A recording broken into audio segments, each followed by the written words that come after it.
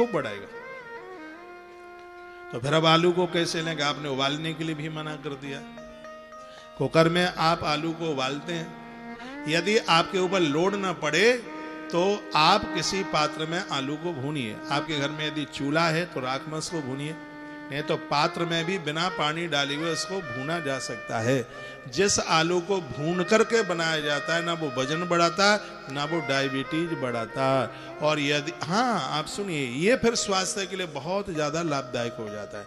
बाजार के जो चिप्स खाते हैं ये जहर है बिल्कुल। क्यों जहर है? इसको रिफाइंड में तला जाता है और रिफाइंड सीधे कैंसर को ही पैदा करती है। 5 चीजें ऐसी हैं जिसके द्वारा कैंसर पैदा होता है। एक आयोडीन नमक, जिसे सफेद नमक कहते हैं। एक मैदा की चीजें ना के बराबर कम से कम खाइए। एक फ्रिज का पानी, एक कुकर की दाल, कुकर में जिसको सीटी बंद, इसको ऊपर का ढक्कन बंद करके जो बनाया जाता है, स्वास्थ्य के लिए हार्मफुल है, बहुत ही ज्यादा हानिकारक। और एक का नाम है जिसको नाम मैं आपको बता रहा हूं, उसका नाम है रिफाइंड। रिफाइंड को बहुत हाई पैमाने पर जाकर के इसको हॉट किया जाता है, इसको गर्म किया जाता है। ये रिफाइंड को बनाते समय एक कंपनी में कोई काम करने वाला व्यक्ति मुझे नोएडा में मिला। अब हम ग्रंथों में तो पढ़ते ही रहते हैं सब चीजें, लेकिन रिफाइंड के बारे में जो उसने बात बताई वो बड़ी अद्भुत थी। कहते हैं कि रिफाइंड को आपने एक बार यूज करने के बाद में दोबारा इसको प्रयोग किया, उस जली हुई रिफाइंड को हमारे यहाँ डडेला कहते हैं। हमारे यहाँ की देसी भाषा में आपको क्या बोलते होंगे बंगाल में?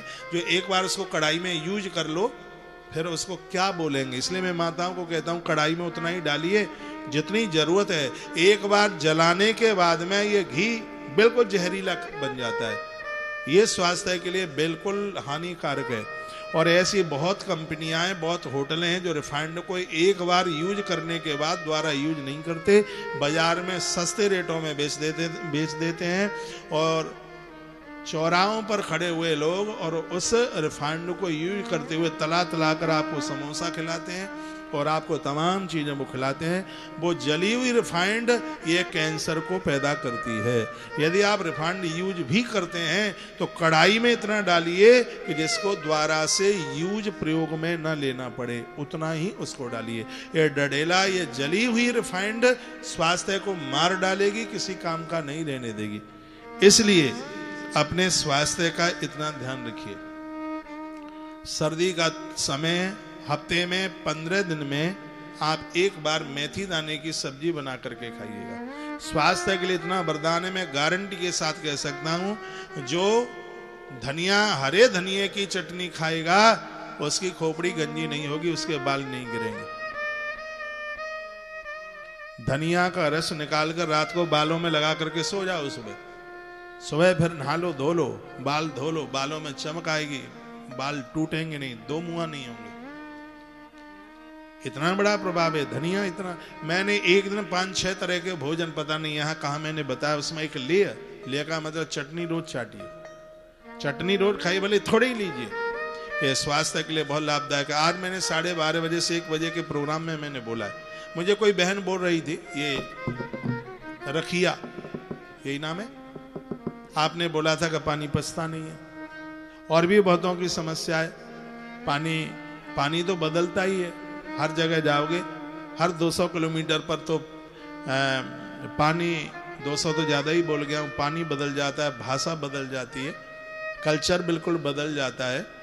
और जिनको भारी पानी है, जिनको पानी पचता नहीं है, वो रात्रि को एक पात्र में खीरे के 5 टुकड़े काट करके पानी में डाल दें उसको, और सुबह गर्म कर लें, पानी को छान लें, पूरे दिन भर आप उसी पानी को पीजिए।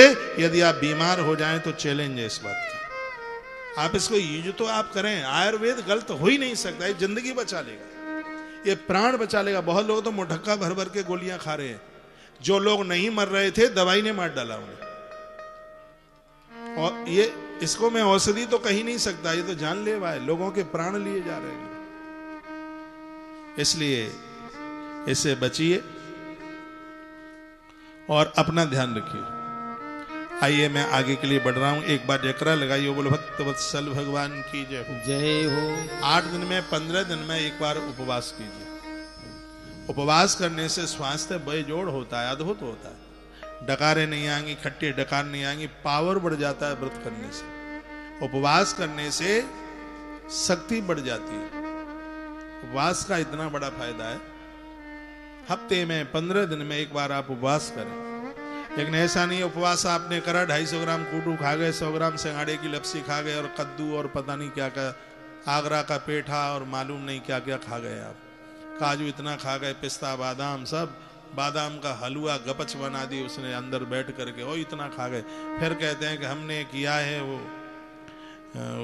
व्रत किया। एक घर में हम कहीं गए तो वहां कूटू के समोसा बनाए, समोसा कूटू का बना और ऐसा क्या बंडा बना। हमने कहा हमने तो ये संकल्प लिया है कि 15 साल में हम अन्न नहीं खाएंगे, तब तक 1.25 लाख गैया पूरी ना कर दें, और ऐसे माल मिलते रहे तो हम तो जिंदगी भर उपवास करते रहे। भाई ये देखो ये क्या है, ये तो सब बहाना है, पेट भरा चाहे कैसे भी भरा। ऐसी ऐसी चीजें आविष्कार माताओं ने किया, गूगल में पढ़ पढ़ करके इतना आविष्कार किया, ऐसी ऐसी चीजें बनाती हैं। आजकल तो पूड़ी भी 3 कोने की बनती है, एक इधर कोना, एक उधर और एक उधर। वो डिजाइन है, हर चीज में डिजाइन चल रही है। सांचे आ रहे हैं बाजार से। वो समय कैसा था जिस समय शादियों में जीजियां दूसरी जीजी के हाथ पर मेहंदी रचती थी। आजकल तो सांचा आता है, वो ऐसे पिचकारी सी चलती है, वो ऐसे घुमाओ जैसे जलेबी का छत्ता बनाने को घुमाया जाता है, ऐसे घुमाया जाता है और वो मेहंदी रच जाती है। लेकिन वो मेहंदी, वो बात अलग ही थी। जो चीजें हाथ के द्वारा आपने तैयार की हैं, बनाई हैं। पहले का जो स्वेटर पहनने में गर्मी और देखने में भी, माताएं ऐसा ऐसा स्वेटर बनाती थी, गला ऐसे जाता था यहाँ ये ठुड़िया के नीचे तक, फिर उसको वहां से मोल्डिंग किया जाता था, ऐसा ऐसा लगता अमिताभ बच्चन आ रहा है, बिल्कुल एकदम ऐसे उसको मोल्डिंग करके थे। क्या कलाकारी थी, कितनी योग्यता थी, पता नहीं कहां चली गई योग्यता थी। ये पुरानी चीजों को मत भूलिए, बुनकर भी बनिए। पुरानी धोतियों को फाड़ फाड़ करके ऐसी दरी बनाई जाती थी, और दरी पर सो करके तो कमर में दर्द ही नहीं होता था कभी, बिल्कुल। पुरानी धोतियों का आपने देखा होगा, हो सकता है ये दादियां बैठी हुई हैं 70 साल में, इन्होंने बनाया भी होगा, और फाड़ फाड़ करके उसको, और ऐसे कमरे में ऐसे, और उसको बुन करके, और ऐसी दरी, ऐसा आसन, ऐसी चीजें बना करके तैयार की जाती थी। मैं बात आपको कर रहा हूं व्रत की। एकादश्याम निराहारा यहां लिखा हुआ है, एकादश्याम निराहारा समय भर्च जनार्दन। नंद बाबा ने निराहार रह करके 11 का व्रत किया। कोई भी व्रत है जिसमें डकार आ गई, व्रत खंडित। दिन में नींद आ गई, व्रत के नंबर कम। किसी से झगड़ा हो गया, व्रत के नंबर कम, क्वालिटी फेल। फुलका छोड़ने का नाम ही व्रत नहीं है, व्रतियों को जीतने का नाम व्रत है। साधना में व्रत की बड़ी महिमा ना होती तो 3000 वर्ष तक माता उमा तप नहीं करती कन्याकुमारी में। 3000 साल तक तप किया, 3000 साल पत्ते खाए, नाम अपर्णा पड़ गया मैया का। तप में बड़ी में बहुत ताकत है, त्याग में बड़ी ताकत, त्याग में छोड़ा जाता है, त्याग में ताकत है। राजा के घर में भगवान बुद्ध का जन्म हुआ, बड़े संभ्रांत परिवार में महावीर स्वामी जी का जन्म हुआ, जिन्होंने जैन धर्म को स्थापित किया। लेकिन मैं उन महापुरुषों की बात बता रहा हूं, इन्होंने राजा बनना श्रेष्ठ, इन्होंने धनवान बनना श्रेष्ठ नहीं माना, इन्होंने फक्कड़ बनना इन्होंने श्रेष्ठ माना। यदि ये राजा बन गए होते, सेठ बन गए होते, तो सिर्फ गली मोहल्ले में ही पूजे जाते, ज्यादा से ज्यादा बिहार के एक नगर के लोग जान पाते महावीर स्वामी जी को। लेकिन त्याग करके वो छोड़ छाड़ करके चले गए, आज पूरी दुनिया उन्हें मानती है, पूरे विश्व में उनके मंदिर बनवाए जा रहे हैं। ये त्याग की महिमा है। जिसने छोड़ा है वो तो अजर अमर हो गए। इसको पकड़े मत रहिए, इसको छोड़िए, इसको विनिमय कीजिएगा। आप छत पर चढ़ना चाहते हैं तो आंगन छोड़ना पड़ेगा, सीढ़ियां छोड़नी पड़ेंगी।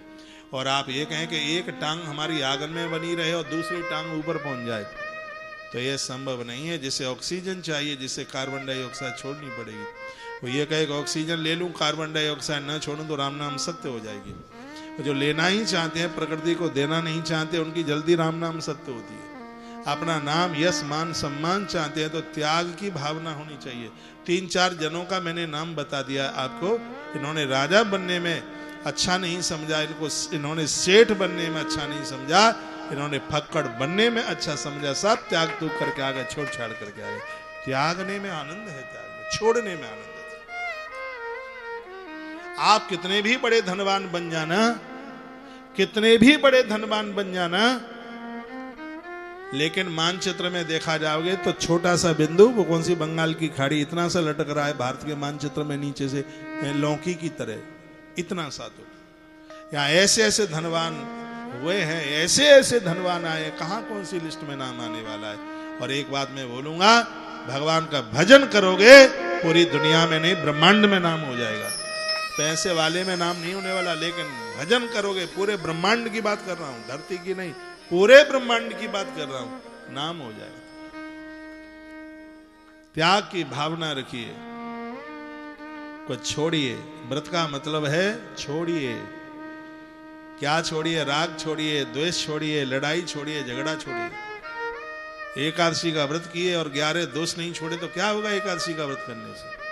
लड़ाई लड़ रहे हैं, घरवाली को गालियां दे रहे हैं, मुंह लटका हुआ है, कस्टमर से लड़ रहे हैं, बिल्कुल नाक ऊपर की तरफ चढ़ रही है, भौएं ऊपर चढ़ रही है, क्या होना है ऐसे व्रत से? व्रत का मतलब है कि समर्पण का भाव होना चाहिए। एकादश्याम निराहारा संवर्षम जनार्दन स्नात नंदस कालिंदा द्वादश्याम जलमाविशद। वो एकादशी बड़ी अद्भुत होती है जिसमें द्वादशी लग जाए, यहां भी लिखा है, वर्णन किया। आधी रात हुई थी, नंद बाबा को लगा सुबेरा हो गया और वो जमुना जी में जाके डुबकी लगा गए। 1:30 बजा था, नहा लिए, उनको लगा के भोर हो गए। 3 बजे से पहले जल को जगाया नहीं जाता, पेड़ों को नहीं जगाया जाता, और पशुओं को, जीव जंतुओं को जगाया नहीं जाता, भगवान को भी नहीं जगाया जाता। 3 बजे ब्रह्म मुहूर्त आरंभ होता है। अब तुम्हें नींद नहीं आती तो किसी ने ठेका ले रखा है क्या? नींद नहीं आती, पूरी रात है कंधा बदलते हो, और रात को और बस घंटी हिलाई, नहाए, घंटी हिलाई, ठाकुर जी को और बैठा दिया था। 3 बजे से पहले स्नान के लिए भी अनुमति नहीं है, आज्ञा नहीं है, क्योंकि ब्रह्म मुहूर्त 3 बजे से आरंभ होता है। और 3 बजे से जगने वाले लोग एक बहुत बड़ा आयुष प्राप्त कर लेते हैं, लंबी उम्र प्राप्त कर लेते हैं। तो 1:30 बजे ही पहुंच गए।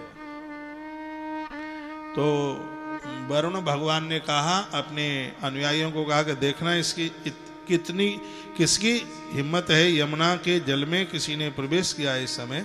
तो दूत चल करके आए और पकड़ लिया नंद बाबा को और वरुण लोक के लिए लेकर के चले गए।